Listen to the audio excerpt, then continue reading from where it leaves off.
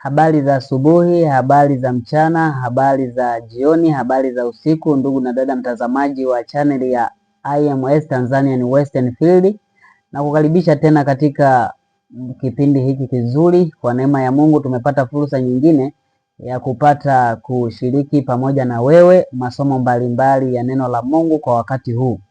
Ni kutoka katika kanisa la Waadventista wa Sabato wana matengenezo IMS International Missionary Society Seventh Day Adventist Church Reform Movement. Kwa majina ninaitwa Gabriel Athanasi Temanya. Tutakuwa pamoja na wewe katika siku ya leo tena katika somo lingine tena ambalo tunapaswa kulifahamu kama ukweli ambao utatuokoa hatimaye. Maana katika wakati huu nuru inapaswa kuangaza katika giza nene linalotanda katika ulimwengu wa leo. Basi kabla hatujaendelea, tuweze kuomba, tumkaribishe Mungu wetu aweze kutuongoza.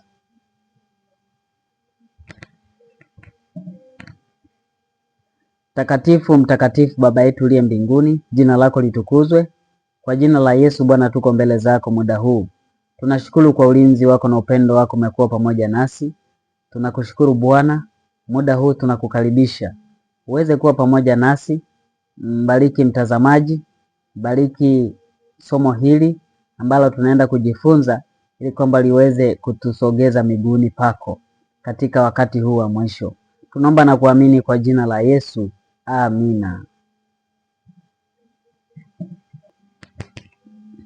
Katika siku ya leo, ndugu na dada mtazamaji wa chaneli hii, tunaenda kujifunza somo moja, somo la muundo au mfumo wa kanisa.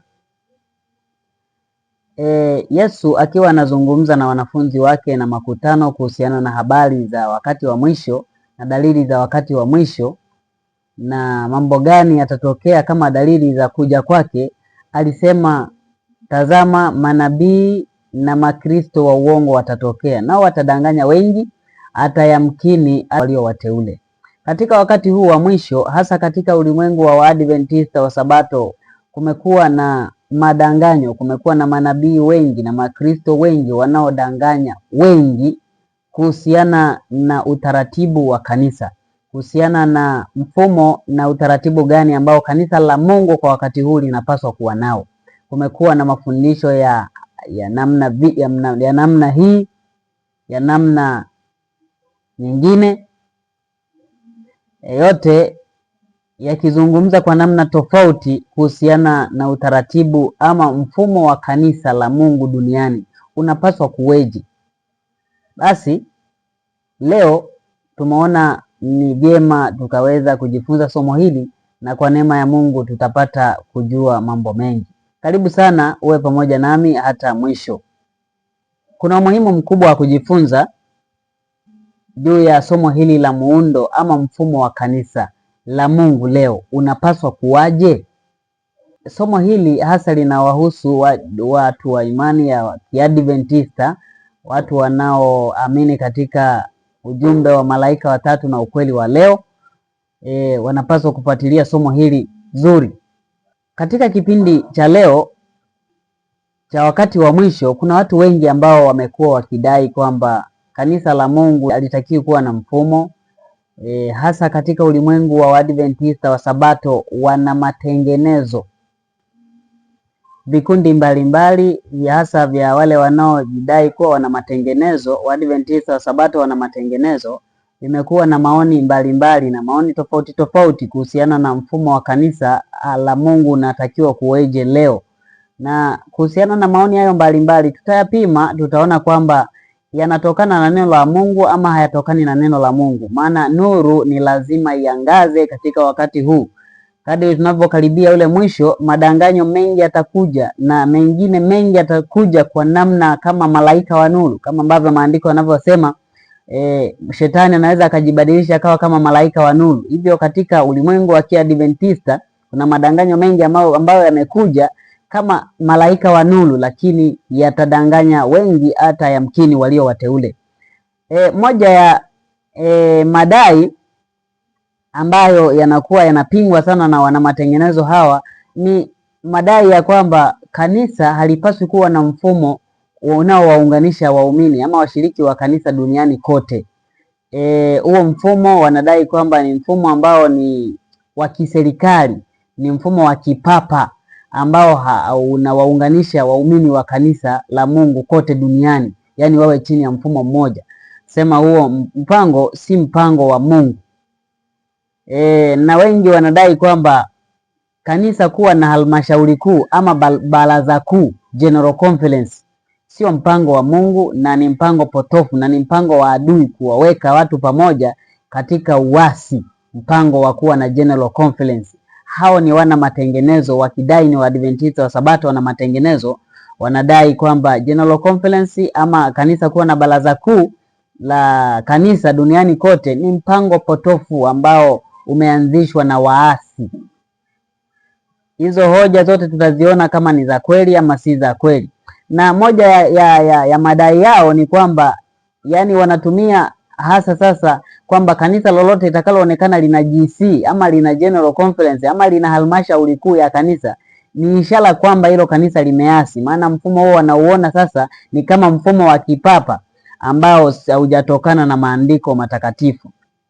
Maandiko anasema katika kitabu cha Yohana 17 mstari wa 17 anasema, watakase kwa ile kweli, neno lako ndio kweli. Neno tutalichunguza linasemaje kuhusiana na mfumo wa kanisa ama utaratibu wa kanisa kwa wakati wa leo. Na mwisho wa siku tutakapokuwa tunahitimisha somo hili tutajua mpango wa Mungu kuhusu mfumo wa kanisa sasa ni upi. Lakini pia tutajua kama baraza kuu ama General Conference ni mpango wa Mungu ama ni mpango wa mwanadamu.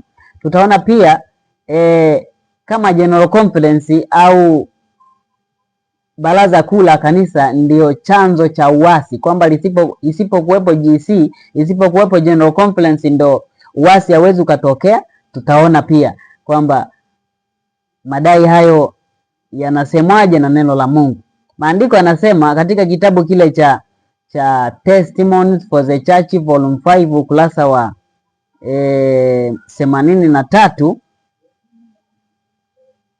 kitabu cha Shuhuda kwa Kanisa gombo la 5 ukurasa wa 83, anasema kanisa litapimwa kwa mizani ya patakatifu. Kanisa la Mungu kwa wakati huu linapimwa kwa mizani ya patakatifu, alipimwi kwa mizani ya mtu binafsi. Watu wamekuwa na mizani yao katika kupima kanisa la Mungu, yaani wanapima kwa mizani ambayo si mizani sahihi ya kupima kanisa. Lakini maandiko yanasema kanisa litapimwa kwa mizani ya patakatifu. Hapo ndipo litaonekana limepungua ama linafaa.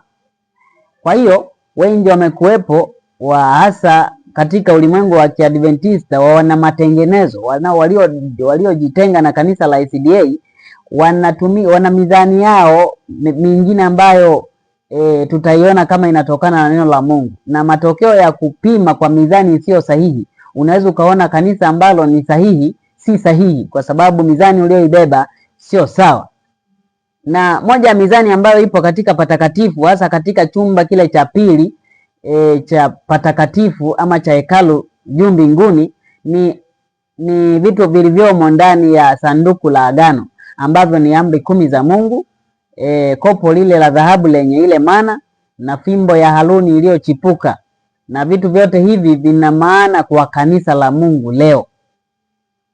Kwa hiyo wale ambao tutakuwa pamoja tutaona kwamba tutaona jinsi ambavyo kanisa la Mungu linapimwa kwa mizani ipi. Kwanza tutaanza na kanisa la Mungu, mpango wa mfumo wa kanisa la Mungu tangu kipindi cha Adam.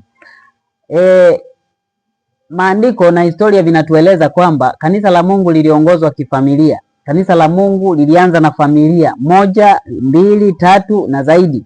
Lakini zaidi kanisa la Mungu lilianza kanisa la Mungu duniani. Maana kuna aina mbili za makanisa ya Mungu ama mahali ambapo yanapatikana. Kuna kanisa la Mungu duniani na kuna kanisa la Mungu mbinguni. Na makanisa haya mawili yanatakiwa kuwa katika muunganiko sahihi. Utaratibu wa kanisa la Mungu ama mfumo wa kanisa la Mungu unapaswa kuwa mfano kwa kanisa la Mungu duniani.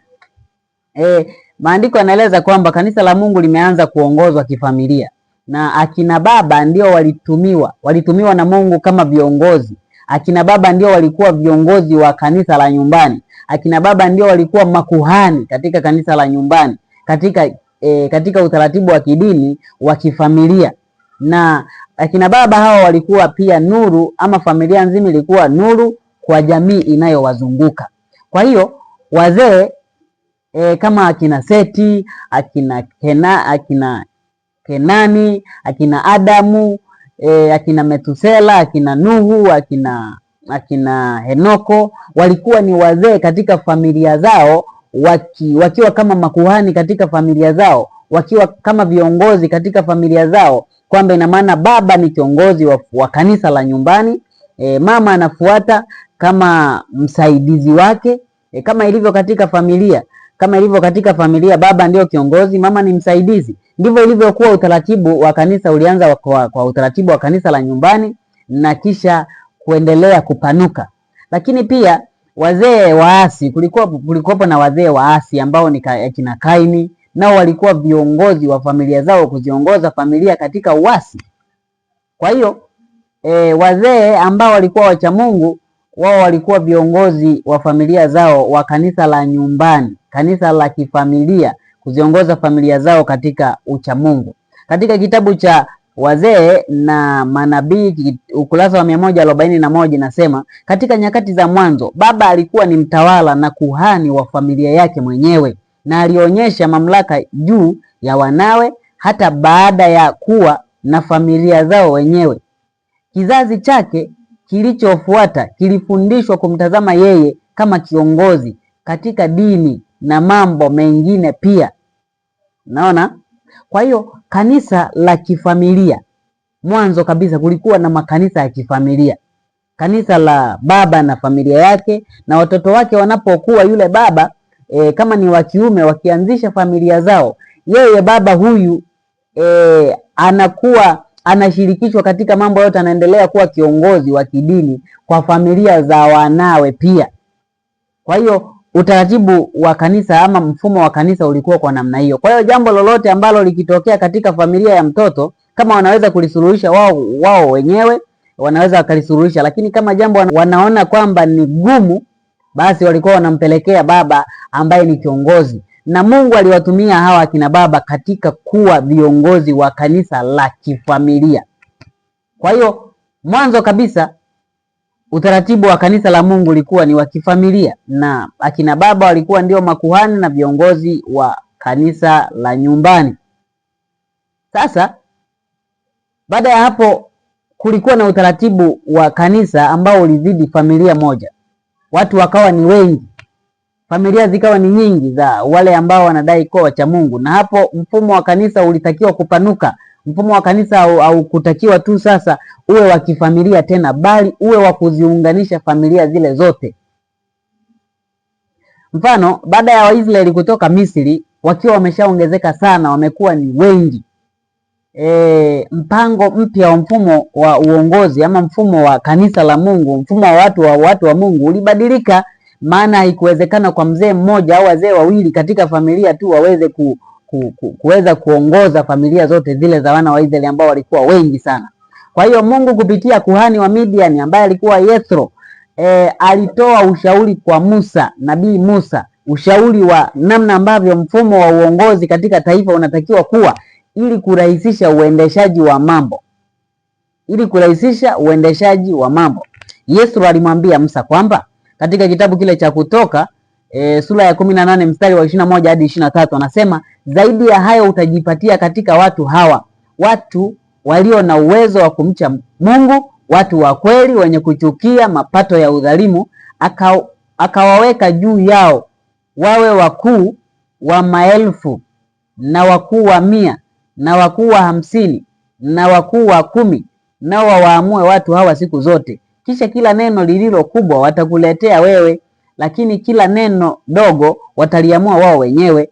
Basi kwako wewe utapata nafasi zaidi, nao watauchukua huo mzigo pamoja nawe, kwamba utafanya jambo hili, na Mungu akikuagiza hivyo, basi utaweza kusimama na watu hawa wote nao watakwenda mahali pao kwa amani.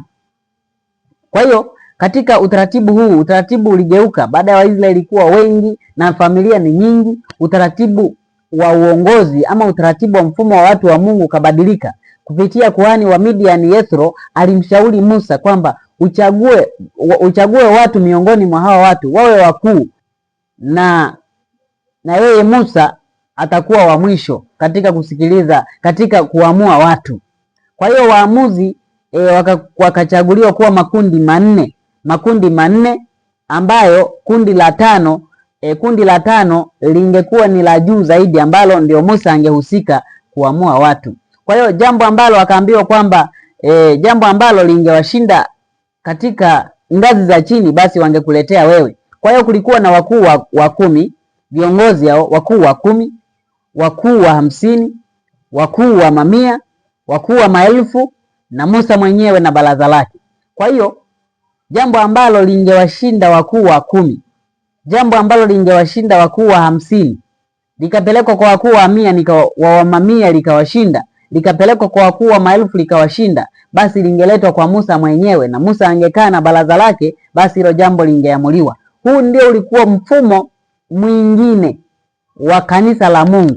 Baada ya mfumo wa kifamilia tu kukoma, basi ukawa ni mfumo wa kitaifa, mfumo wa kitaifa wa taifa la Mungu la Israeli, kwamba mfumo wa uongozi ambao ungebeba majukumu yote ya kiserikali lakini pia na ya kidini. Kwa hiyo kila ngazi ilibeba dhamana yake kwa watu wake ambao walikuwa chini yake. Yaani ni mfano wa serikali za dunia, kuna balozi wa nyumba 10, yeye ina maana jambo ambalo linatokea katika zile nyumba 10, yeye ni wa kwanza kuhusika. Huwezi ukapeleka kwa mwenyekiti wa kijiji kabla balozi hajahusika. Balozi likimshinda ndio atapeleka kwa mwenyekiti wa kijiji, ili kwamba ama wa kitongoji ama wa mtaa, ili kwamba liweze kushughulikiwa. Lakini jambo kama liko chini ya uongozi wa balozi, liko chini ya balozi na linaweza likaisha, hamna haja ya kulipeleka kwa mwenyekiti wa kitongoji ama mwenyekiti wa mtaa. Ndivyo ilivyokuwa. Ina maana Musa alichagua hawa watu viongozi ili kwamba waweze kumsaidia katika kuwaamua watu. Ndugu mtazamaji, hii ni nuru kutoka patakatifu. Hii ni nuru kutoka mbinguni. Neno la Mungu linatueleza juu ya namna gani mfumo wa kanisa la Mungu unatakiwa kuwaje leo. Maana bila kusoma historia ya mfumo wa kanisa la Mungu tangu mwanzo, tutaweza kujiundia nadharia mbalimbali za mfumo wa kanisa la Mungu leo na tukazihalalisha, tukaona kama tuko sahihi, kumbe hatuko sahihi. Kwa hiyo lazima tujue mwanzo ilikuwaje na mpaka sasa kanisa la Mungu linatakiwa kuwa kwenye mfumo gani wa uongozi, mfumo gani na utaratibu gani. Kwa hiyo kipindi hicho kilikuwa kinaitwa ni kipindi cha Mungu akiwa mtawala wa watu wake, theokrasi. Theokrasi ni mfumo ambao, au theokrasia ni mfumo ambao Mungu ndiye alikuwa mtawala wa watu wake ama ndiye mfalme. Kwa hiyo tumeona kwamba kulichaguliwa wakuu wa 10, wakuu wa 50, wakuu wa 100, wakuu wa maelfu, halafu mwisho kulikuwa na Musa na baraza la wazee, ambalo sasa kama wangekuwa wameshindwa wote hawa, kuna jambo limetokea limewashinda wote hawa, Musa na baraza lake ndo walikuwa wakikusanyika wanaamua hilo jambo. Wao ndio walitakiwa waliamua lile jambo na watu wote wasikilize hii sauti ya Musa na baraza lake, kwamba ndio sauti ya Mungu, yaani ndo baraza kuu la kipindi kile cha wana wa Israeli. Katika mfumo huu wa uongozi ambao Musa alifanya yeye pamoja na wazee 70, kulikuwa na jopo la wazee 70 ambalo alishirikiana nalo Musa katika kufanya maamuzi yanayolihusu taifa zima. Hao wazee 70 pamoja na Musa mwenyewe ndio walikuwa wawakilishi wa watu katika taifa zima mbele za Mungu. Walikuwa wawakilishi. Elewa hii ndugu mtazamaji, Musa pamoja na jopo lile la wazee 70 ndio lilikuwa wawakilishi wa watu wa taifa la Israeli mbele za Mungu. Yaani maamuzi yanayotolewa na baraza hili la Musa, la wazee 70 pamoja na Musa, ndio ilikuwa sauti ya Mungu, ndio ilikuwa maamuzi ya taifa. Na maana taifa hili likifanya namna yoyote, kama ni makosa, basi taifa zima limekosa. Likifanya baraza hili likifanya vizuri, basi taifa zima limefanya vyema. Kwa hiyo ustawi ama udhaifu wa taifa la Israeli ulitegemea jopo hili la wazee 70 linaamua nini, maana ndio lenye dhamana. Hapa ndio tunajifunza dhamana ya watu fulani ambao wamechaguliwa kwa ajili ya kuwaongoza watu. Leo hii watu wanapuuzia dhamana.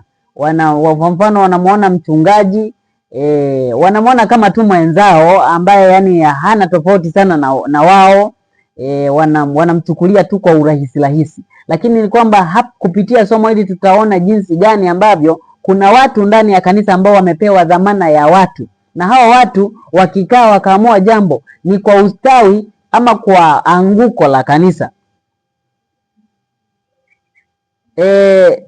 Kwa hiyo jopo hili la wazee 70 pamoja na Musa walitakiwa kuamua mambo wakiwa chini ya mfalme wao Mungu, ambaye angewaongoza kufanya vyema ili kuliendesha ama kuliongoza taifa hili la Israeli. Tutaona katika kitabu cha Hesabu 11 mstari wa 16 na 17, tunaona mfano wa maandiko ambayo yanawahusisha wale wazee sabini ambao walikuwa pamoja na Musa katika mambo muhimu, matukio muhimu, vikao muhimu vinavyohusu hatima ya taifa la Israeli. Katika kitabu cha Hesabu 11 mstari wa 16 na 17 anasema, kisha Bwana akamwambia Musa, nikusanyie watu 70 miongoni mwa wazee wa Israeli, ambao wewe wawajua ndio wazee wa watu hawa na maakida juu yao, ukawalete hata hema ya kukutania, wasimame huko pamoja nawe, nami nitashuka niseme nawe huko, nami nitatwaa sehemu ya roho iliyo juu yako na kuiweka juu yao, nao watachukua mzigo wa watu hawa pamoja nawe, ili usichukue wewe peke yako. Sikiliza vizuri mtazamaji, anaambiwa Musa achukue wazee 70 miongoni mwa wazee wa Israeli akasimame nao, ili Musa anaambiwa kwamba ili wachukue mzigo wa watu wa Waisraeli, yani wa taifa zima, wachukue mzigo wa taifa la Israeli pamoja na wewe, ili usiuchukue wewe peke yako. Kumbuka, kabla ya Musa kutengeneza huu mfumo alikuwa anawaamua taifa zima yeye peke yake. Kwa hiyo baada ya kuchagua viongozi hawa wakuu wa 10, 50, mamia, maelfu, ndipo sasa akawa na watu wa kumsaidia kuliamua taifa. Na kabla hajachagua huu uongozi alikuwa anabeba mzigo wa taifa yeye peke yake, na baada ya kuchagua huu uongozi ndio ukawa msaada wa kwamba wazee wale, viongozi wale miongoni mwa Waisraeli wangechukua mzigo pamoja naye, ili kwamba asiuchukue yeye peke yake. Elewa vizuri mtazamaji, hapa ni kwamba kuna watu ndani ya jumuiya ya watu wa Mungu, wale ambao wanabeba mzigo wa watu wote, wanabeba dhamana ya watu wote. Kutoka 24 mstari wa kwanza anasema, kisha Bwana akamwambia Musa, kweeni wewe na Haruni na Nadabu na Abihu na watu 70 wa wazee wa Israeli, mkamfikirie Bwana, mkasujudie kwa mbali. Kwa hiyo siku zote hawa wazee 70 pamoja na Musa walikuwa wanabeba mzigo wa taifa zima. Ina maana hatima, kwa kifupi, hatima ya taifa ilikuwa mikononi mwao. Hili jopo, yani hili ndio lilikuwa baraza kuu, General Conference. Hebu tuone kwanza maana ya General Conference. General Conference ni nini? Maana kuna watu wakisikia neno General Conference huwa wameendekeza mawazo kwamba wakisikia tu General Conference basi huo ni uasi. General Conference ni neno la Kiingereza, lakini kwa Kiswahili maana yake ni baraza kuu au halmashauri kuu. Hii maana yake nini? Maana yake ni mkusanyiko wa wawakilishi wa watu, ni mkusanyiko wa wajumbe wa watu kutoka kila sehemu ambako kuna watu. Yaani mfano rahisi ni bunge. Wabunge ni wawakilishi wa watu kutoka kwenye majimbo. Wakikutana bungeni, wale wanakuwa ni General Conference au wanakuwa ni baraza kuu au wanakuwa ni halmashauri kuu. Maamuzi yao yani maamuzi yao ndiyo hatima ya taifa. Ndiyo maana ya General Conference, ndiyo maana ya baraza kuu. Ina maana kwa kanisa sasa ni wale wajumbe, wawakilishi wa watu kutoka kila sehemu wanapokutana pamoja, hao ndio General Conference. Viongozi wawakilishi kutoka kila sehemu ambako waumini wapo, wakikutana pamoja wale wawakilishi, basi hiyo ndio General Conference. Kwa kanisa lolote ambalo halina utaratibu wa uwakilishi, basi hilo kanisa labda lina watu wachache sana, kama ni wawili au watatu au watu 10 ambao hawahitaji uwakilishi. Wakikaa kikao, basi wanakaa tu wote kwa pamoja. Lakini kanisa ambalo lina watu wengi haliwezi kukosa halmashauri kuu ambayo inawakilisha watu katika maamuzi ya hatima ya kanisa katika mambo mbalimbali. Kwa hiyo katika Israeli Musa na baraza la wazee 70 ndio walikuwa baraza kuu, walikuwa halmashauri kuu ya taifa la Israeli, na tutaona hapo mbele kwamba baraza la Sanhedrin ndio lilianzia hapa katika kuweka uongozi huu wa wakuu wa 10, 50, 100, maelfu na mwisho wa siku mpaka katika baraza la pamoja linalowaunganisha wazee wote wale wanaoliongoza taifa la Israeli. Kwa hiyo kuna kitu cha kujifunza hapa ambacho nasisitiza, ndugu mtazamaji, kwamba katika kanisa la Mungu kuna watu ambao huchukua mizigo ya waumini. Wanachukua mizigo, yani wana dhamana ya waumini. Wao mwisho wa siku watajibu kwa kile ambacho walifanya kwa watu wa Mungu. Yani wao wamepewa dhamana. Hebu sikiliza, kwa mfano Yesu katika kitabu cha Isaya anatajwa kama mtumishi wa Mungu. Alitumwa, alibeba dhamana ya wanadamu. Upotevu wa wanadamu ama ukombozi wa wanadamu ulikuwa juu ya mabega yake. Hivyo Mungu alikuwa ameweka dhamana ya dunia yote juu ya mabega ya Yesu. Hivyo Yesu alikuwa mbeba mizigo yetu. Kwa mfumo huo viongozi wa kanisa, ndani ya kanisa kuna watu ambao wanachukua jukumu la Yesu la kubeba mizigo ya watu, ili kwamba waweze kuliongoza kanisa la Mungu katika njia iliyo sahihi. Katika vizazi vyote wachukua dhamana ama wachukua mizigo ya watu wamekuwepo hata leo, na ndio maana tunataka tujifunze sasa leo mfumo wa kanisa unatakiwa kuweje. Lakini lazima tupite huku kote tuone kule wenzetu walipitaje, maana kanisa la Mungu halijaanza leo. Kanisa la Mungu, utaratibu wa kanisa uliokuwepo katika kipindi cha nyuma, kipindi cha Waisraeli, ndio ambao utakuwepo mpaka leo, maana Mungu habadiliki. Mungu si kigeugeu. Katika kanisa la Israeli, Musa alikuwa ndio kiongozi mkuu. Yaani kwa kifupi, huyo ndiye alikuwa mwenyekiti wa baraza lile la wazee 70. Yeye ndiye alikuwa kiongozi, alikuwa mwenyekiti wa baraza lile la wazee 70. Na wakati ambao Musa au nabii hakuwepo, kuhani mkuu alisimama, alichukua nafasi ya kuliamua taifa akisaidiana na baraza la wazee. Kuhani mkuu alichukua nafasi. Kama hakukuwa na mwamuzi wa aina yoyote, nabii ameondoka, hayupo, basi mwamuzi alichukua nafasi, au makuhani wakuu zaidi ndio walitumika kama waamuzi wa taifa, kuliongoza taifa katika njia iliyo sahihi. Sasa katika makuhani pia kulikuwa na kuhani mkuu na makuhani wengine wa kawaida, na ambao walikuwa wakifanya huduma mbalimbali hekaluni. Utaona katika mfumo wa makuhani pia kulikuwa na kuhani mkuu na makuhani wengine wa kawaida. Hesabu 3:32 inasema, na Eleazari mwana wa Haruni kuhani atakuwa mkuu wa hao wakuu wa Walawi, naye atawasimamia hao walindao ulinzi wa mahali patakatifu.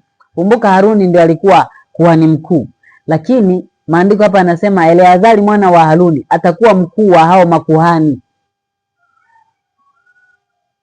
wa hao wakuu wa Walawi. Kwanza kulikuwa na Walawi, kulikuwa na makuhani na kuhani mkuu.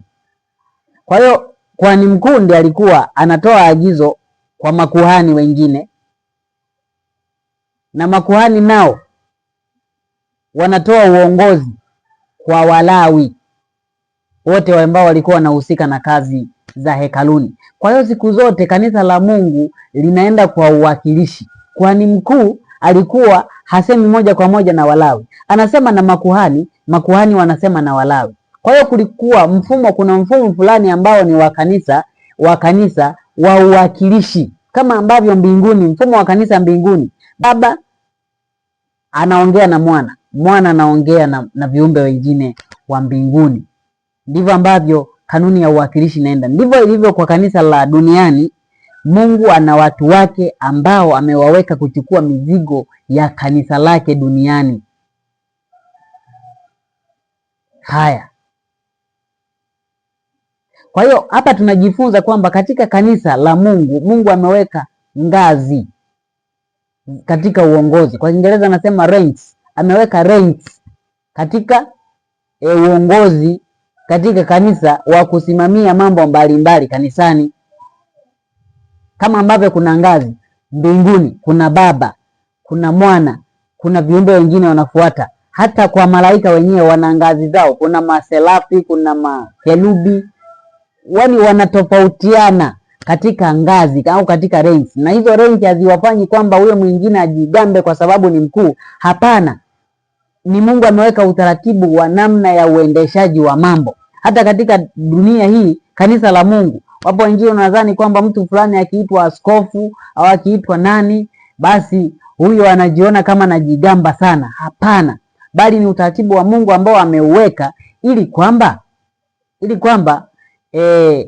mambo yaende kwa utaratibu ambao yeye anataka. Sasa mfumo huu ambao Mungu aliuanzisha ulidumu hata kipindi ambacho Waisraeli walitaka kuwa na mfalme wao. Kwa hiyo kipindi ambacho Israeli haikuwa na mfalme, utaratibu huu wa kuwa na wakuu wa 10, 50, mamia, maelfu mpaka kufika kwenye baraza kuu la wazee 70, utaratibu huu ama mfumo huu wa taifa ulidumu kuwepo mpaka kipindi ambacho Waisraeli walitaka kuwa na mfalme wao, ambapo sasa utawala wa theokrasia uliharibika ama ulitoweka na mfumo wa kifalme ukaanza. Mfumo wa kifalme ulianza baada ya mfalme Sauli kuchaguliwa. Kwa hiyo baraza la kwa hiyo baada ya mfalme kuchukua baada ya mfalme kuwepo, makuhani ambao daima walikuwepo tangu mwanzo wakishirikiana na mwamuzi au nabii katika kuliamua taifa, hao sasa ndio walibaki kuwa na dhamana ya taifa, hasa katika hatima ya taifa kidini, maana wao ndio walikuwa msingi wa taifa, hawa makuhani. Kwa hiyo walitakiwa kuhakikisha kwamba taifa linatembea katika maadili ya kimbingu na kumcha Mungu, na makuhani hawa wakiwa chini ya mfalme wa Israeli. Maana mfalme sasa ndo alikuwa mfalme ndo alikuwa ndio mwanzoni alikuwa ndio Mungu, na sasa wamechagua mfalme wa kibinadamu. Bado mfalme alikuwa anawaweka chini makuhani, japo na yeye kwa sababu alikuwa ni mwanadamu alitakiwa kuwasikiliza makuhani katika mambo yanayohusu zaidi ustawi wa kanisa kiroho. Kwa hiyo kwa karne nyingi, hata wakati wa kuja kwa Masihi ama kwa kuja kwa Yesu, makuhani ndio walikuwa na dhamana ya taifa katika kudumisha uchamungu na kuwafundisha watu juu ya ujio wa Yesu. Kwa hiyo baraza la makuhani, baraza la wazee lilidumu kuwepo Ina maana wazee wakiwa ni viongozi wa watu ndani ya taifa la Israeli na makuhani wakiwa ni viongozi wa utaratibu wa kidini ama utaratibu wa ibada katika taifa la Mungu. Kwa hiyo baraza la Sanhedrin ndiyo baraza kuu, lilikuwa baraza kuu la taifa la Israeli. Baraza la Sanhedrin ndio ilikuwa General Conference ya kipindi kile, ndio ilikuwa baraza kuu. Kwa hiyo mwisho wa siku baraza la Sanhedrin ndio ambalo liliamua kuipinga Injili, kwa sababu maamuzi ya baraza la Sanhedrin ndio ilikuwa sauti ya Mungu. Kwa hiyo kitendo cha baraza la Sanhedrin kuikataa Injili, kumkataa Yesu, taifa zima lilihesabika kuwa limeikataa Injili na limemkataa Yesu. Hapa mtazamaji, elewa vizuri. Nimeeleza mwanzoni kwamba Mungu anachagua watu katika taifa ambalo wanakuwa ni wawakilishi wa taifa zima. Hao ndio wanabeba mzigo wa taifa zima. Maamuzi yao watu hao ndio hatima ya kanisa mpaka leo. Fikiria baraza la Sanhedrin. Baraza la Sanhedrin ndio ilikuwa wawakilishi wa watu katika taifa zima. Kwa hiyo wakikaa wao kuwazungumza mambo ya taifa, basi maamuzi yao ndio ustawi ama anguko la taifa. Kwa hiyo maamuzi ya baraza la Sanhedrin katika kuikataa Injili na kumkataa Yesu yalitengeneza hatima mbaya ya taifa la Israeli. Ndio maana hata leo utashangaa watu wanasema kwamba hata General Conference kiasi, kwani mimi nitaathirika nini? Mimi siwezi kuathirika chochote. Watu hao hawajui lolote katika utaratibu huu wa Mungu wa uwakilishi, kwamba hao General Conference unaosema kwamba yani unakiri kwamba ni uongozi wa kanisa lako, lakini unasema kwamba hata wa kiasi mimi siathiriki chochote, ni kwamba unakuwa ujui utaratibu huu. Hao ndio wawakilishi wako, hao ndio wanaamua hatima ya kanisa ya mfumo ambao umo. Wakiamua vibaya, basi na wewe utashiriki dhambi za maamuzi yao. Ndio maana Ufunuo 18 mstari wa 4 nasema, tokeni kati yao mkatengwe nao, msishiriki wala msishiriki dhambi zake. Kushiriki dhambi maana yake ni kwamba uko kwenye mfumo fulani, unajua kabisa, pengine unajua kabisa kwamba huu mfumo umeasi, unafanya maamuzi mabaya, alafu wewe unajifariji kwamba hata wa kiasi mimi najitegemea mwenyewe. Hapana, ni kwamba ule utaratibu wa Mungu ambao ameutengeneza wa uwakilishi katika kanisa lake unatenda kazi, hauwezi ukazuiliwa kwa namna yote. Maana yake kwa kuwepo pale wawakilishi wako ambao unasema wa kiasi hawezi kusababisha uasi wako, ni kwamba Mungu bado anatambua uwakilishi wao kwako, wanakuwakilisha katika mambo ya kanisa. Kwa hiyo wakiamua vibaya, wewe wakiamua mambo ambayo yanavunja sheria ya Mungu, na wewe utakuwa mvunja sheria ya Mungu, maana umeshiriki. Wewe ni mshiriki katika mfumo ambao hao walioamua vibaya ndio viongozi. Maana yake umeshiriki dhambi. Sasa ili upone, malaika wa Ufunuo 18 anakwambia toka kati yao ukatengwe nao, na wala usishiriki dhambi zake, na wala usije ukashiriki mapigo yake, maana mapigo yakija hayatakuacha salama. Kwa hiyo utaratibu wa Mungu wa uwakilishi uko kwa namna hiyo. Baraza la Sanhedrin ambalo lilikuwa baraza kuu la taifa la Israeli iliamua hatima ya taifa kwa kumkataa Yesu, mwisho wa siku likakataliwa kuwa si taifa teule. Ndio maana tunatakiwa tuwaombee sana wale wenye dhamana ndani ya kanisa, viongozi wa kanisa, tuwaombee sana, tuwaombee kwa sababu wao ndio wanaamua hatima ya kanisa letu, na wanatakiwa kuongozwa na hekima ya kimbingu ili waamue maamuzi mazuri kwa ajili ya kanisa. Waebrania 13:17 inasema, watiini wenye kuwaongoza na kuwanyenyekea, maana wao wanakesha kwa ajili ya roho zenu kama watu watakaotoa hesabu, ili kwamba wafanye hivyo kwa furaha wala si kwa kuugua, maana isingewafaa ninyi.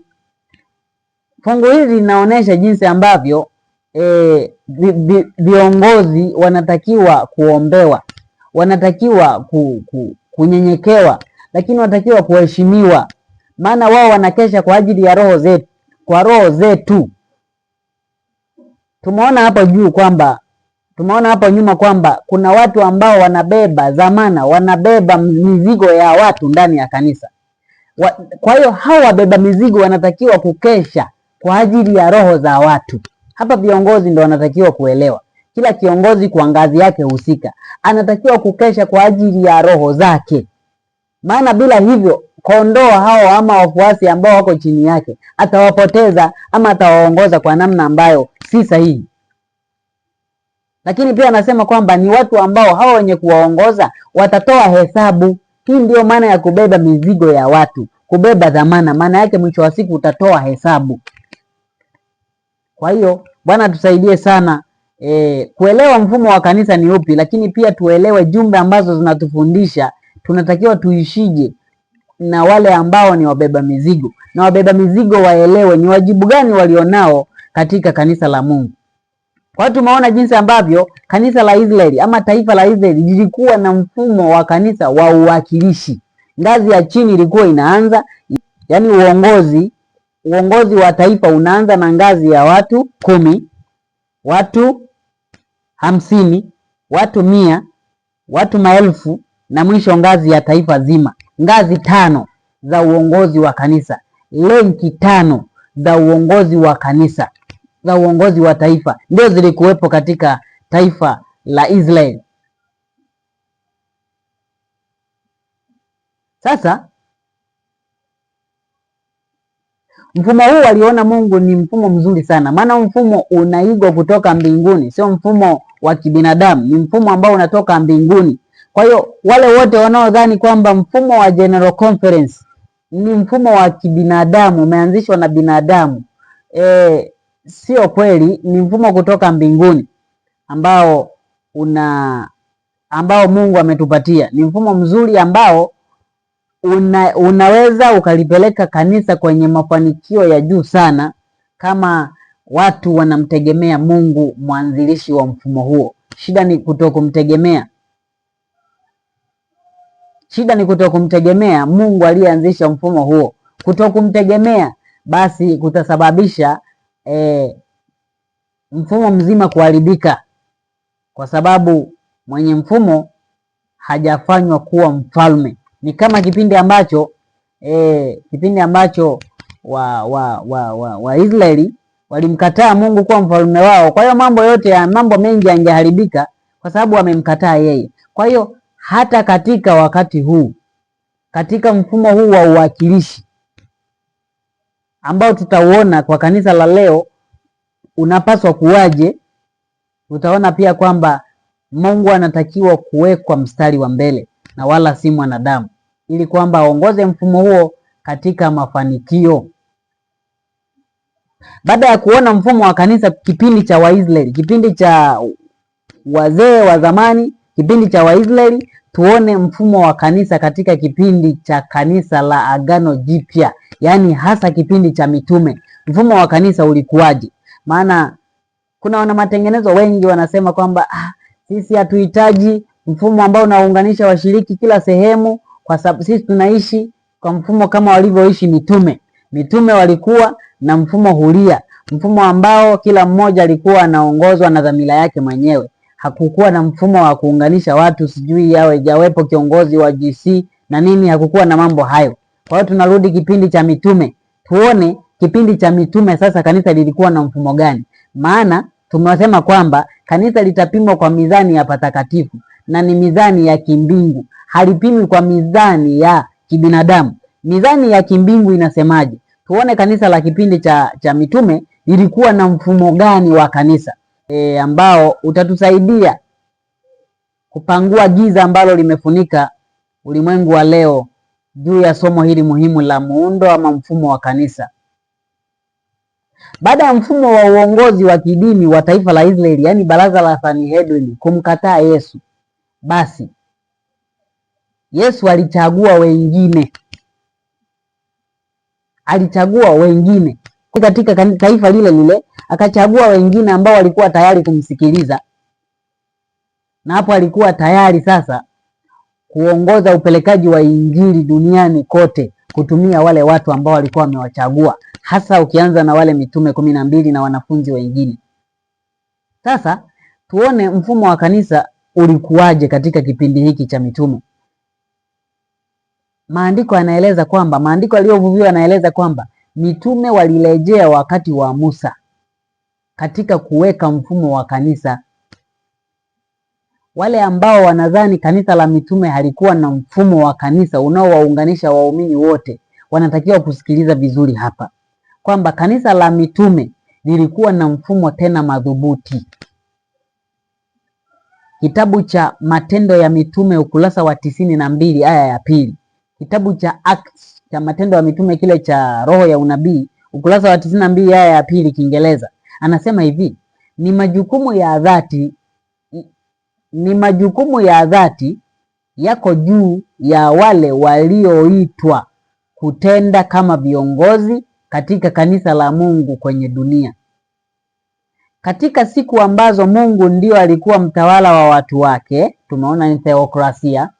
Wakati Musa alipokuwa akijitahidi kubeba peke yake mzigo uliokuwa mzito sana, ni kwamba kwa muda kidogo angechoka sana kati yao.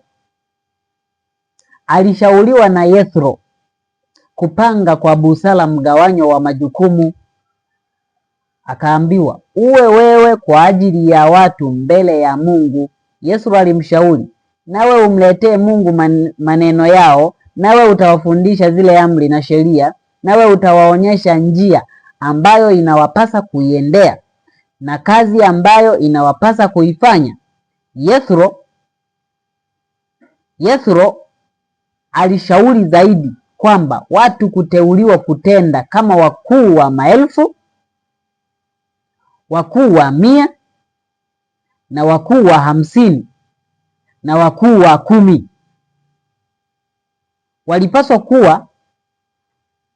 Walipaswa kuwa watu wenye uwezo, wenye kumcha Mungu, watu wa kweli, wenye kuchukia mapato ya udhalimu. Walipaswa kuwaamua watu siku zote, hivyo kumpunguzia Musa na kuvaa majukumu ya kushughulika na matatizo madogo madogo ambayo yangeshughulikiwa kwa busara na wasaidizi waliowekwa wakfu. Kwa hiyo utangulizi tu wa hii aya, hii nukuu inatueleza kwamba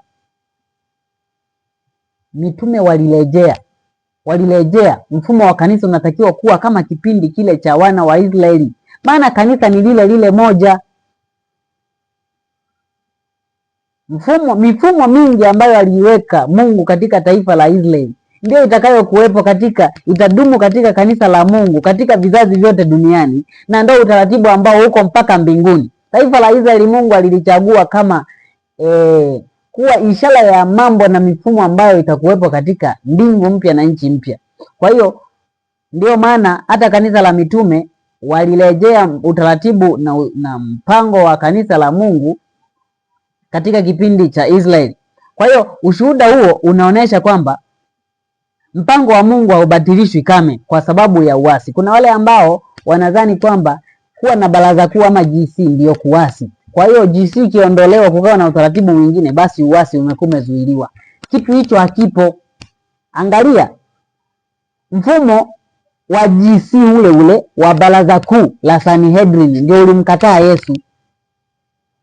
Lakini bado tena baada hata ya waasi hao kuasi hao baraza la Sanhedrin, bado alipochagua mitume kuwa kanisa lake, alipangilia utaratibu ule wa uwakilishi kuanzia ngazi ya chini hadi ya ngazi ambayo inaongoza watu wa chini, kikundi fulani cha watu, mpaka ngazi ya uongozi inayoangalia kanisa lote kwa ujumla, maana yake baraza kuu. Sasa tutaona hapa kitabu cha Matendo ya Mitume cha roho ya unabii ukurasa wa 95 aya ya 2 nasema hivi: kanuni zile zile za uchaji wa Mungu na haki ambazo zilipaswa kuongoza watawala miongoni mwa watu wa Mungu katika wakati wa Musa na ule wa Daudi zilipaswa pia kufuatwa na wale waliopewa usimamizi wa kanisa jipya la Mungu lililoundwa katika utoaji wa Injili. Sikiliza vizuri mtazamaji hapa kwamba utaratibu ule, yani kanuni zile zile ambazo zilitakiwa kuwapata watawala miongoni mwa watu wa Mungu katika siku za Musa na Daudi zilipaswa kufuatwa na waliopewa usimamizi wa kanisa jipya ambalo Mungu aliliunda katika utoaji wa Injili. Sasa tunaona utaratibu wa uongozi katika taifa la Israeli katika kipindi cha Musa ulikuwaje? Kulikuwa na wakuu wa 50, wakuu wa 10, wakuu wa 50, wakuu wa 100, wakuu wa maelfu, hatimaye baraza kuu. Hivyo wale ambao wanadhani kwamba kipindi cha mitume hakukuwa na mfumo madhubuti unaowaunganisha waumini, hapa waanze kujifunza upya. Inaendelea inasema, katika kazi ya kuweka mambo katika utaratibu kwenye makanisa na kuweka watu wastahimilivu kutenda kama wahudumu, mitume walishikilia viwango vya juu vya uongozi vilivyoeleza katika maandiko ya Agano la Kale. Sikiliza vizuri hapa mtazamaji. Anasema katika kazi ya kuweka mambo katika utaratibu katika makanisa kwenye kipindi cha kanisa la mitume, mitume walishikilia viwango vya juu vya uongozi vilivyoelezwa katika maandiko ya Agano la Kale. Haya, hebu tuone viwango vya juu vya uongozi vilivyoelezwa katika maandiko ya Agano la Kale ni vipi?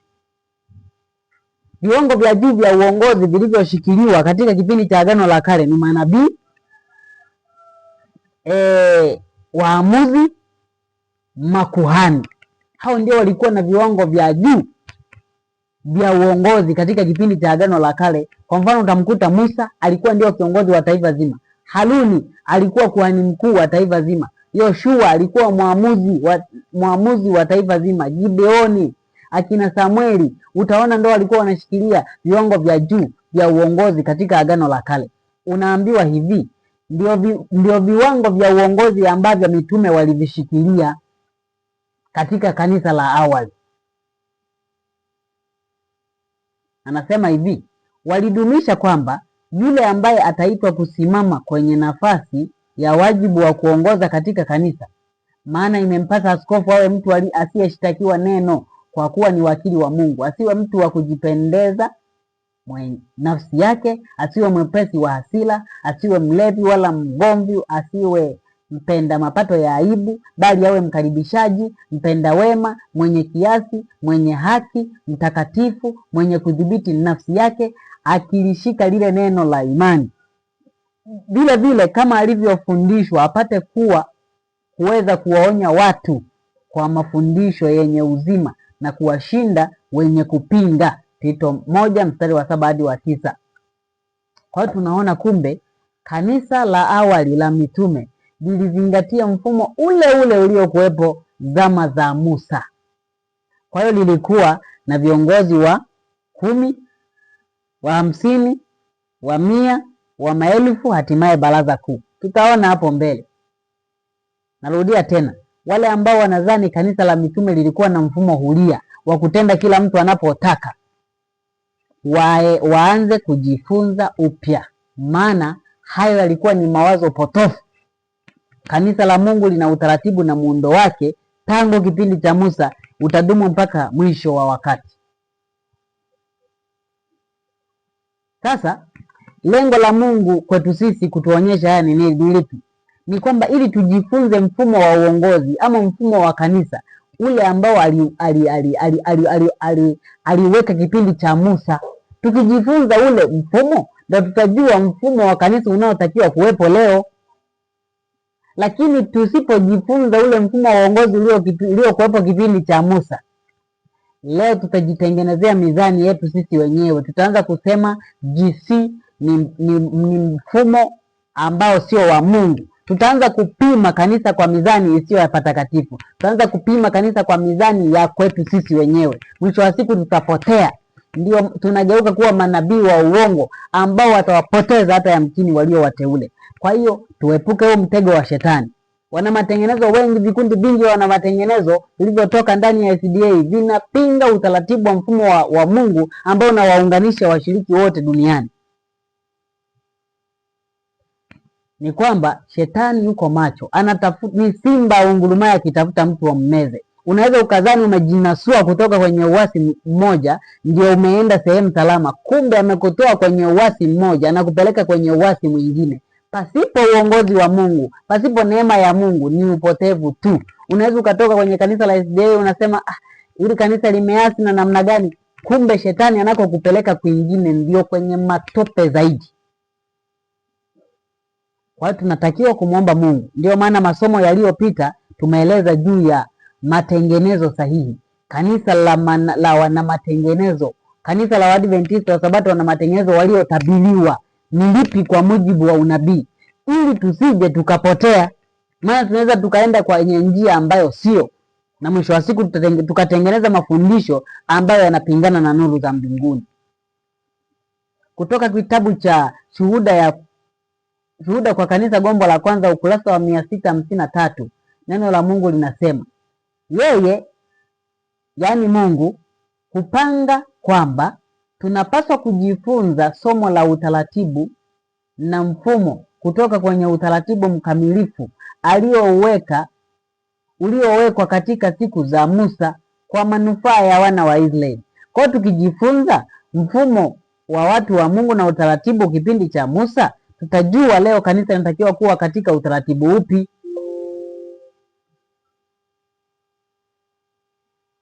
Kitabu cha Wazee na Manabii, ukurasa wa 376, anasema Mungu ni Mungu wa utaratibu. Kila kitu kilichounganishwa na mbingu kiko katika utaratibu mkamilifu. Kujidhiri na kwa njia ya nidhamu ndiko kunakoonekana katika mwenendo wa jeshi la malaika.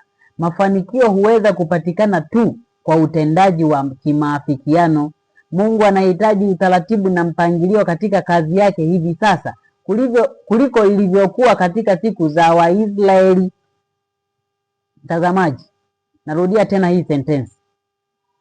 Mungu anahitaji utaratibu na mpangilio katika kazi yake hivi sasa kuliko ilivyokuwa katika siku za Waisraeli. Waisraeli walikuwa na utaratibu na mpangilio wa kazi, wakuwa na wakuu wa 10, wakuu wa 50, wakuu wa 100, wakuu wa maelfu mpaka baraza kuu, na mambo yakawa yanaenda kwenye utaratibu. Mfumo huo umedumu mpaka mwisho, mpaka Yesu anakuja. Ndio utaratibu ambao ulitakiwa uendeshe mambo katika mafanikio. Sasa leo mimi na wewe tukatae huu utaratibu, tutakuwa tunazingatia kwamba tunazingatia kweli kazi ya Mungu hivi sasa inatakiwa kuwa katika mpangilio kuliko ilivyokuwa katika kipindi cha wana wa Israeli. Kama tu utaratibu wa wana wa Israeli ulivyokuwa hatuwezi kufikia, je, kazi yake tutaweza kuifanya hivi leo? Haiwezekani. Kwa hiyo tunatakiwa kujifunza vizuri juu ya mfumo wa kanisa la Mungu. Mwisho wa siku tutapotea tusipojifunza vizuri neno la Mungu kuhusiana na utaratibu. Kuna wale ambao wana mawazo ya kujitegemea, kila mmoja kujitegemea, hamna mambo ya mfumo. Ina maana wale watu wanaofikiria hivyo wako katika njia isiyo salama. Maana kwa namna hiyo hawaitakii mafanikio, hawaitakii kabisa mafanikio kazi ya Mungu ama kazi ya injili duniani. Maana kazi ya Mungu haiendeshwi kwa kila mtu kujitegemea. Ndio maana Mungu akaweka mfumo. Sasa tuone mfumo wa kanisa wakati wa kanisa la awali, kanisa la mitume. Wengi wanatumia sana kipindi cha kanisa la mitume kuonesha kwamba leo tunatakiwa kuishi. Kanisa halitakiwi kuwa na mfumo unaowaunganisha washiriki wote, kila mmoja tu atende kadri anavyojisikia, atende kama watumishi wa kujitegemea, huduma za kujitegemea, independent ministries, kama kipindi cha mitume. Kipindi cha mitume hakukuwa na independent ministries, hakukuwa na watumishi ama mitume kujitegemea kwamba huyu ana huduma yake, huyu ana huduma yake, wote hawajaunganishwa na mfumo mmoja. Hapana, wote walikuwa wanatembea katika mfumo mmoja. Tuone ushahidi wa maandiko unasemaje. Kitabu cha Matendo ya Mitume ukurasa wa 18 na 91 anasema hivi: ilikuwa katika uwekwaji wakfu wa mitume 12, hatua ya mwanzo ilichukuliwa ya kufanya mfumo wa kanisa baada ya kupaa kwa Yesu ili kuifanya kazi yake katika dunia. Mfumo wa kanisa pale Yerusalemu ilikuwa ufanyike kuwa mfano kwa mfumo katika makanisa ya maeneo mengine ambako wajumbe wa ukweli wangepata waongofu wa Injili. Zingatia hii, mfumo wa kanisa pale Yerusalemu. Kumbuka kanisa limeanzia pale Yerusalemu, mitume walikuwa Yerusalemu, lakini pia na waongofu wengine wengi walikuwa pale Yerusalemu. Na mfumo wa kanisa, utaratibu wa Injili ulianza kupangwa pale Yerusalemu. Sasa neno la Mungu linasema hivi, mfumo huo wa kanisa pale Yerusalemu ulitakiwa ufanyike kuwa mfano kwa mfumo katika makanisa ya maeneo mengine nje na Yerusalemu. Maana yake mfumo utengenezwe katika makanisa yote, lakini mwisho wa siku baraza kuu litaunganisha makanisa yote yale kila ambako waumini wapo.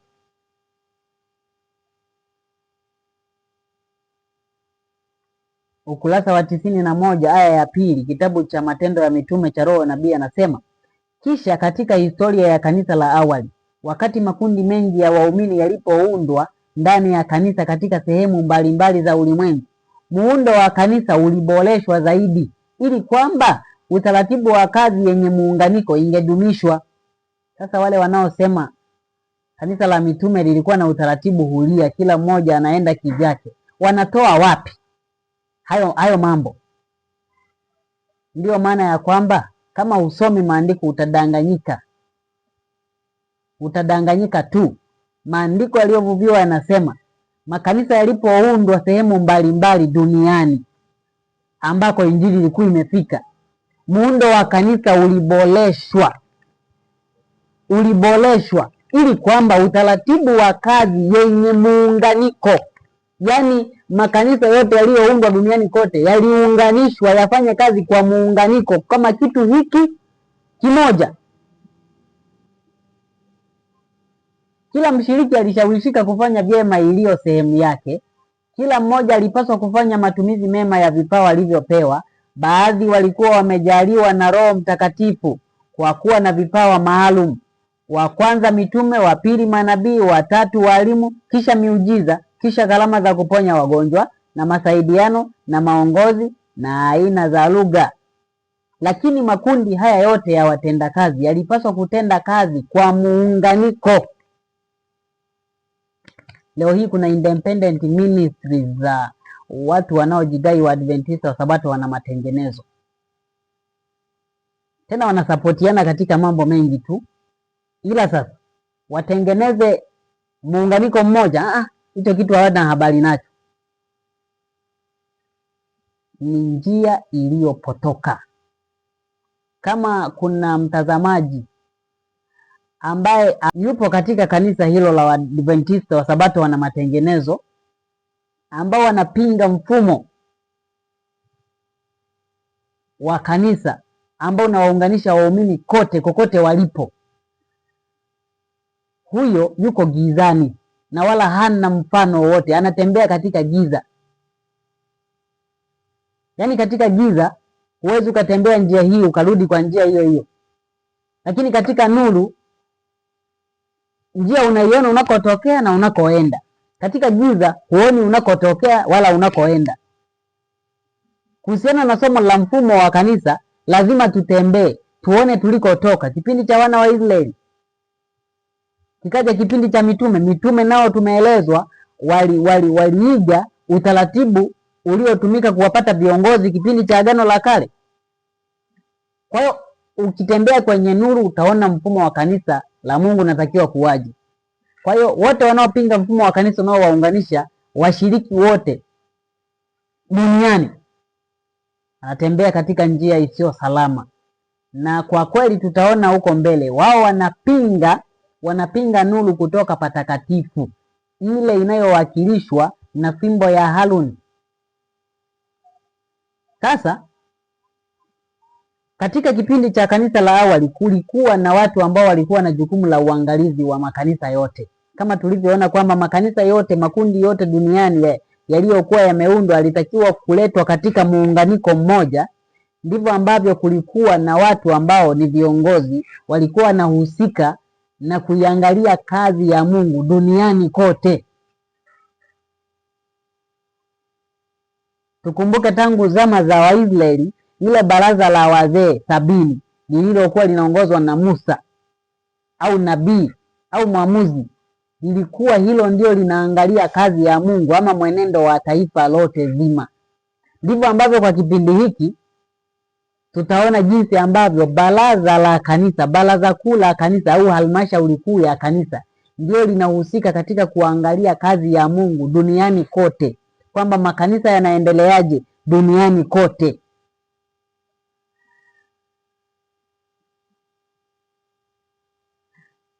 Ukurasa wa 91 aya ya kwanza,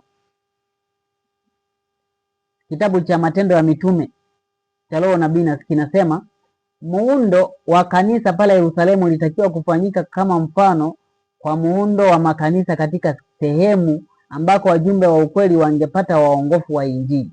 Wale ambao walipewa wajibu wa kuliangalia kanisa kwa ujumla. Sikiliza. Wale ambao walipewa wajibu wa kuliangalia kanisa kwa ujumla hawakupaswa kujifanya mabwana juu ya haki ya Mungu, lakini kama wachungaji wenye busara walipaswa kulichunga kundi la Mungu, wakijifanya kuwa vielelezo kwa lile kundi. Kwa hiyo tunaona kumbe kuna watu ambao walipewa wajibu wa kuliangalia kanisa kwa ujumla.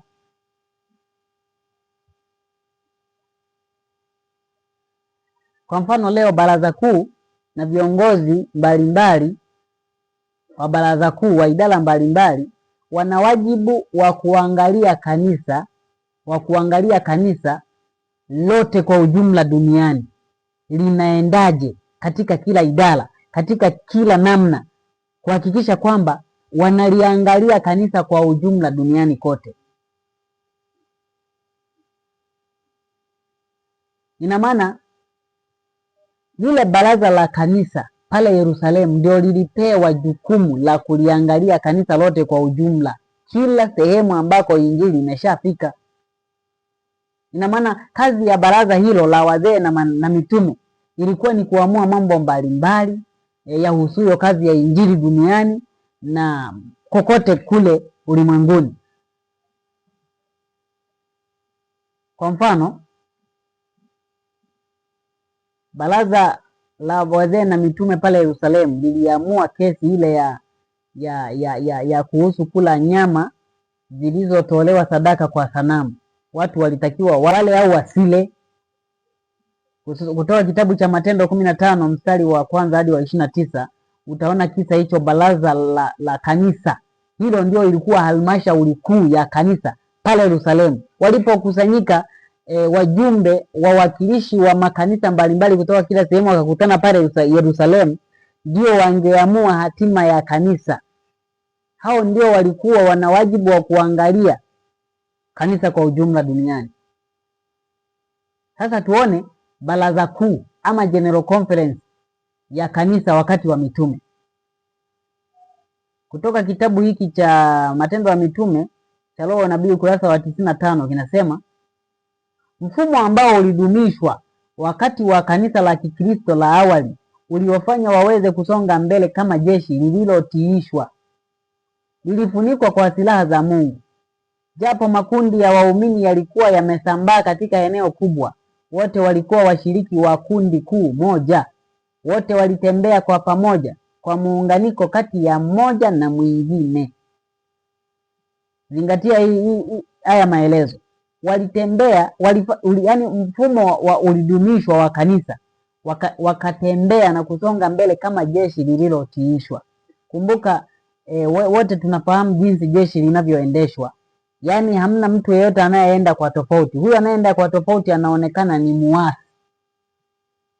Jeshi lililotiishwa linapokea amri kutoka kwa kiongozi mmoja. Kama captain amesema wote lala chini, wote wanalala chini. Inuka, songa mbele, wote wanasonga mbele. Sio kila mmoja anaamua kivyake, ni muda wa kulala chini, kila mmoja ni muda wa kuinuka, ni muda wa kufanya hivi. Hapo kunakuwa hamna jeshi hapo. Jeshi hilo linaweza likapigana lenyewe kwa lenyewe. Ndivyo yani Mungu anataka sasa kanisa lake litembee zaidi ya jeshi linalofanya kazi duniani. Kwa hiyo anaeleza kwamba japo makundi mbalimbali yalianzishwa, yalikuwa yamesambaa katika ulimwengu wote, lakini yote yalitembea kwa pamoja kama mwili mmoja. Wakati mafarakano yalipoinuka katika makanisa mahalia na waumini wasiweze kufikia makubaliano kati yao, matatizo hayo hayakuruhusiwa kusababisha mgawanyiko katika kanisa, lakini yalipelekwa kwenye halmashauri kuu ya kundi zima la waumini lililoundwa na wajumbe wa kuteuliwa kutoka kwa makanisa mbalimbali mahalia na mitume na wazee katika nafasi wajibu wa kuongoza. Huwa nashangaa sana ninapokutana na watu wanatolea kanisa la mitume kama sababu ya kutokuwa na mfumo unaowaunganisha washiriki wa kanisa leo duniani. Ninashangaa na ninawahurumia na naona tu kwamba basi wanapotea kwa sababu ya kutokujua maandiko. Na mara nyingi nimekutana nao wengi na nimewaonesha maandiko haya, wale ambao walikuwa tayari kusikiliza nuru, basi wamekuwa wepesi sana kuona kwamba aisee, kumbe nilikuwa kwenye giza, nilikuwa sijui, nilipotea kwa sababu ya kukosa maarifa. Hapa nukuu inatuambia kwamba wakati mafarakano yalipoinuka katika makanisa mahalia na waumini wasiweze kufikia makubaliano, matatizo haya hayakuruhusiwa kusababisha mgawanyiko katika kanisa, lakini yalipelekwa kwenye halmashauri kuu ya kanisa. Leo hii tumeona katika kipindi cha Waisraeli, kwamba mambo ambayo yaliwashinda wakuu wa 10 yalipelekwa kwa wakuu wa 50 ili asisababishe mfarakano katika hii jamii ya watu 10. Yanapelekwa kwenye uongozi wa watu 50. Yakishindikana hapo yanapelekwa kwenye uongozi wa watu 100. Yakishindikana hapo yanapelekwa kwenye uongozi wa watu 1000. Na kishindikana hapo yanapelekwa sasa kwenye baraza kuu. Ina maana baraza kuu la wazee 70 ndio lilikuwa na wajibu wa kutatua matatizo yote ambayo yamewashinda kule chini. Ndivyo ambavyo kipindi cha kanisa la awali utaratibu ule ulifuatwa, kwamba jambo ambalo limewashinda katika kanisa mahalia halikuruhusiwa lisababishe mafarakano, bali lilipelekwa kwenye halmashauri kuu ili likatolewe utatuzi kule. Anaendelea kueleza kwamba hivyo juhudi za shetani za kushambulia makanisa yaliyoko sehemu zilizojitenga zilizuiwa.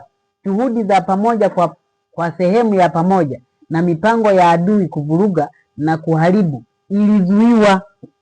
Kwa hiyo utaratibu huu Mungu ameuweka ili kuzuia shetani asifanye kazi kwa urahisi. Yaani kwa nukuu hizo hapo juu tunaona kwamba uongozi wa kanisa kuanzia ngazi ya kanisa mahalia hadi ngazi ya uongozi wa kanisa kiulimwengu unatakiwa kuwepo. Ina maana huu mfumo unasaidia kanisa kushikamana kwa pamoja na matatizo mengi kusuluhishwa na kutokusababisha mvurugano. Umeona? Sasa hebu fikiria leo watu wanaodai kwamba mfumo huu hautakiwi. Hivi wamekuwa na akili nyingi sana za kuweza kuwaweka watu katika umoja nje na huu mfumo ambao ametufunulia Mungu? Hapana. Ni kwamba shetani yupo kazini. Watu wamekuwa na bidii ya kuchunguza maandiko, wanasoma unabii, wanaonesha jinsi gani ambavyo tuko wakati wa mwisho, lakini katika jambo hili wanalipotosha 100%. Sasa Mungu haangalii ni bidii gani ulionayo, lakini upotovu mmoja unaweza ukasababisha ukapotoka katika mambo yote. Madai ya kujitegemea yamekuwa mengi sana. Kila mmoja amejiamini yeye mwenyewe tu, self judgment. Kumekuwa na watu kujiamini yeye mwenyewe, kuamini mtu mwingine ndani ya kanisa haiwezekani. Sasa katika makanisa hayo ambayo yanaendekeza roho ya kujitegemea tegemea, ndio maana mifarakano inakuwa mingi sana. Na maana tatizo lolote likitokea, hamna mtu ambaye mwenye dhamana aliyepewa ya kuweza kutatua mambo hayo ili asisababishe mfarakano. Kila mmoja anaamua kivyake, basi wanafarakana. Hii ndio maana sababu ya migawanyiko isiyo ya lazima imekuwepo mingi sana katika vikundi vingi vya wanamatengenezo. Kwa sababu gani? Shetani yupo kati yao akiwaambia acheni kuweka utaratibu huu wa mambo, maana anajua, tutaona nukuu mbalimbali huko mbele, anajua mafanikio yanafikiwa tu pale palipo na umoja mkamilifu. Ukurasa wa 190 aya ya pili, kitabu cha Matendo ya Mitume cha Roho Nabii anasema, katika kanisa kule Antiokia, katika kufuatilia swala la tohara kulipelekea mjadala mkubwa na mabishano. Hatimaye washiriki wa kanisa wakihofia kwamba mgawanyiko kati yao ungekuwa matokeo ya mjadala endelevu, waliamua kuwatuma Paulo na Barnaba na watu baadhi wenye wajibu kutoka kwenye kanisa kwenda Yerusalemu kuweka mada hiyo mbele ya mitume na wazee. Pale wangekutana na wajumbe kutoka makanisa mbalimbali na wale waliopaswa kuja Yerusalemu kuhudhuria sikukuu zilizokuwa zinakaribia. Wakati huo mashindano yote yalipaswa kukoma hadi pale uamuzi wa mwisho ungetolewa na halmashauri kuu. Uamuzi huu hatimaye ulipaswa kukubaliwa kwa ujumla na makanisa mbalimbali katika nchi yote. Tunaona kuhusiana na swala la tohara inaelezwa hapa lilileta mgogoro mkubwa, lakini Paulo na Barnaba kutoka kule Antiokia wakatuma kwenda Yerusalemu kwenye baraza la mitume na wazee, yani baraza kuu la kanisa, General Conference ya kanisa ya kipindi cha mitume, ili iweze kutatua hili swala la tohara linaamuliwaje. Na maamuzi ya baraza kuu ndio yaliyopaswa kusikilizwa na makanisa yote, asitokee mmoja tena wa kupinga kwamba mimi sitaki. Maana ile ndio sauti ya Mungu, ndio watu wanaobeba mizigo ya taifa. Mtu mmoja huwezi ukapinga maamuzi. Na maana kanisa linalokosa mfumo thabiti ulioagizwa na Mungu haliwezi kufaa kwa kazi ya Mungu duniani hata siku moja. Yaani hata mfanye kazi kwa bidii kiasi gani, haiwezekani kufaa kwa ajili ya kazi ya Mungu. Maana kanisa linalokosa sifa, maana Mungu anahitaji ukamilifu, sio kwamba nimeshika sana hivi kwa hata kimoja ambacho nimekiacha basi haina shida, nitahesabiwa haki kwa hivi. Hapana. Mungu anahitaji kanisa linalofuata nuru zote ambazo amelipatia. Sasa tuone baraza kuu la kanisa kipindi cha mitume liliundwa na watu gani? Anasema kwamba kitabu cha Matendo ya Mitume ukurasa wa 196 aya ya kwanza inasema, baraza lililoamua jambo hili liliundwa na mitume na walimu ambao walikuwa mashuhuri katika kuanzisha makanisa ya Kikristo kwa Wayahudi na wa mataifa, pamoja na wajumbe waliochaguliwa kutoka sehemu mbalimbali. Wazee kutoka Yerusalemu na wawakilishi kutoka Antiokia walikuwepo, na makanisa mengi yenye ushawishi yaliwakilishwa. Baraza lilitembea sawasawa na mwongozo wa hukumu njema na heshima ya kanisa lililoanzishwa kwa mapenzi ya kimbingu. Kama matokeo ya majadiliano yao, wote waliona kwamba Mungu mwenyewe alikuwa amejibu swali lile kwa kuwakilimu wa mataifa Roho Mtakatifu, na walitambua kwamba ilikuwa ni sehemu yao kufuata uongozi wa Roho. Kwa hiyo baraza kuu liliongozwa ama liliundwa na mitume na walimu mbalimbali kutoka katika makanisa, lakini pia na wazee. Wote wale waliunda baraza kuu la kanisa la awali katika kuamua mambo mbalimbali. Kwa hiyo mfumo wa General Conference haujaanzia kipindi hiki cha Waadventista wa Sabato. Wengi wanasema baraza kuu ni mfumo wa kibinadamu, umeanzishwa tu na watu. Sasa ulikuwepo kuanzia kipindi cha Musa, cha kanisa la awali mpaka leo, kitadumu mpaka mwisho. Kwa tumeona hapo kwamba walikuwa ni watu mashuhuri ambao ni wale ambao walikuwa wanaunda baraza kuu. Kwa hata leo kuna ujumbe kwamba wale ambao wanatumwa kama wawakilishi wa watu wa Mungu katika baraza kuu wanatakiwa kuwa watu wenye adili, watu ambao ni wanapaswa, wanaweza kupinga uovu kwa nguvu zote, wanaweza kufanya maamuzi ya haki, sio watu wa kushawishiwa wenye kupenda fedha, wenye kupenda, yani mna maana wako tayari kusaliti dhamana waliopewa kwa kitu fulani fulani. Kwa hiyo natakiwa kuwa waadilifu ili kwamba waweze kuamua hatima njema ya kanisa. Ina maana kama inavyowapaswa leo ni wajumbe pekee ambao wanapiga kula kwenye mkutano mkuu. Ina maana baraza kuu, katika baraza kuu wajumbe waliochaguliwa ndio wanaopiga kula kwa ajili ya jambo fulani. Hii jambo limeelezwa katika kitabu cha Matendo ya Mitume cha Roho Nabii ukurasa wa 196 aya ya pili, nasema umati wote wa Wakristo haukupaswa kupiga kula kuhusiana na jambo hili. Mitume na wazee wote wenye ushawishi na maamuzi waliunda na kuweka amri ambayo ilipaswa kukubaliwa na makanisa ya Kikristo.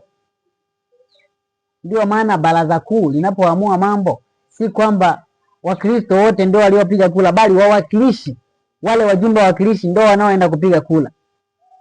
Anasema japokuwa sio wote walipendezwa na maamuzi, kulikuwa na kikundi kidogo cha wenye tamaa ya makuu na ndio wenye kujiamini wenyewe ambao hawakukubaliana nayo. Watu hawa walikusudia kujiunga kwenye kazi kama jukumu lao binafsi. Sikiliza hii sentensi. Watu hawa ambao hawakupendezwa na maamuzi ya wengi, maamuzi ya baraza kuu, walikusudia kujiunga kwenye kazi kama jukumu lao binafsi. Ina maana watu wana self judgment, maamuzi yao ndio wanayaona ni bora kuliko ya wengine. Kwa hiyo hawa anasema walijiendekeza kwenye manunguniko na kutafuta makosa ya wengine, wakipendekeza mipango mipya na kutaka kushusha chini kazi ya Mungu, kazi ya watu ambao Mungu amewaweka wakfu kufundisha Injili. Tangu mwanzo kanisa lilikuwa na vikwazo kama hivyo na daima litakuwa navyo hadi wakati wa mwisho. Kwa hiyo kuna watu wengine sasa mpaka sasa hivi wanajitenga na kanisa, si kwa sababu ya uasi tu, bali ni kwa sababu wana self judgment. Maamuzi yanayotolewa na wenzao, basi wanaona kila maamuzi hayafai.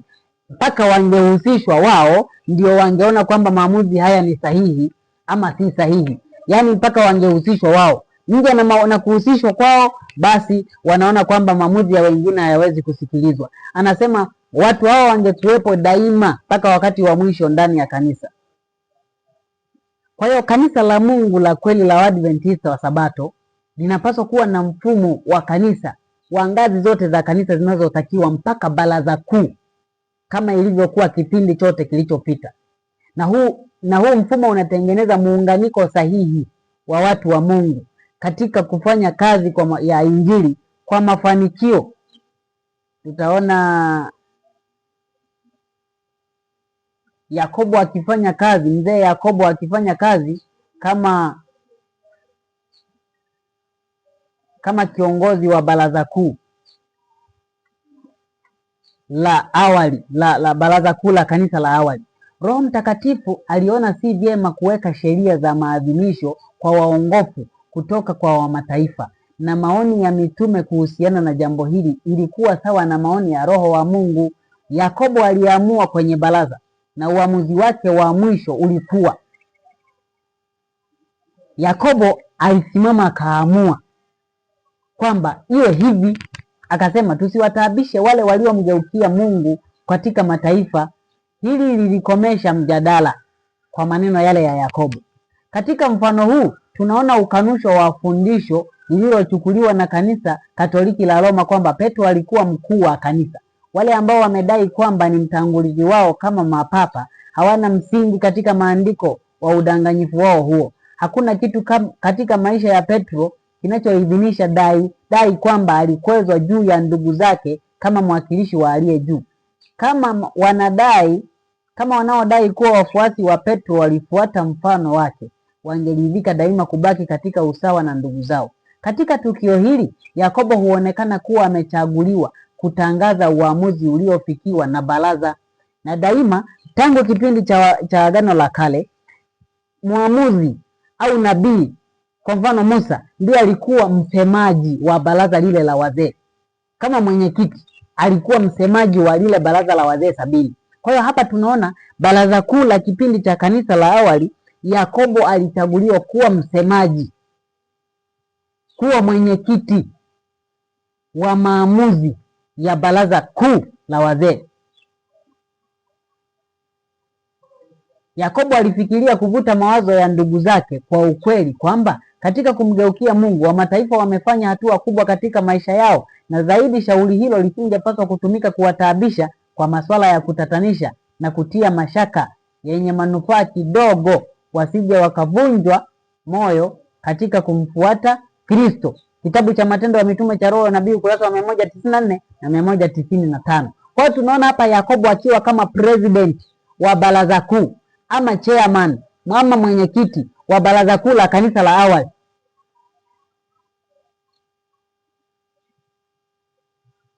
Lakini leo hii utakutana na madai ya watu, hasa Waadventista wa Sabato, wana matengenezo waliojitenga na kanisa la SDA. Naweza nikasema wana matengenezo bandia. Wanadai kwamba kwa sababu kwa nini wana matengenezo bandia? Roho ya unabii imetabiri kwamba kutakuwepo na uamsho bandia na matengenezo bandia. Kwa sababu kuna uamsho na matengenezo, hivyo lazima hivi vitu viambatane. Matengenezo ya kweli na uamsho wa kweli utatangulia, kisha uamsho bandia na matengenezo bandia yatafuata. Matengenezo haya bandia wanadai kwamba haitakiwi kiongozi mmoja wa General Conference kuchaguliwa, mtu kama mtu mmoja, huyo ni sawa na mfalme. Lakini ni kutokufahamu maandiko, ndio maana wanasema hivyo. Kwa mfano, Mungu aliweka Musa kama kiongozi wa taifa zima, mtu huyu mmoja. Hakuweka wawili, ni mtu mmoja. Haruni alikuwa kuwa ni mkuu wa taifa zima, mmoja. Yoshua alikuwa mwamuzi, ni mmoja. Lakini na viongozi wengine waliofuata waamuzi, kina Samueli, alikuwa ni mtu mmoja, mwamuzi wa taifa zima. Sasa leo unawezaje ukasema kwamba leo kiongozi wa GC hatakiwi kuwa mtu mmoja? Ni kutokujua maandiko. Ni kutokujua maandiko. Tutaona mbele na nukuu zingine ambazo zinatumika vibaya kwa kuhalalisha haya madai ambayo yapo kinyume na neno la Mungu.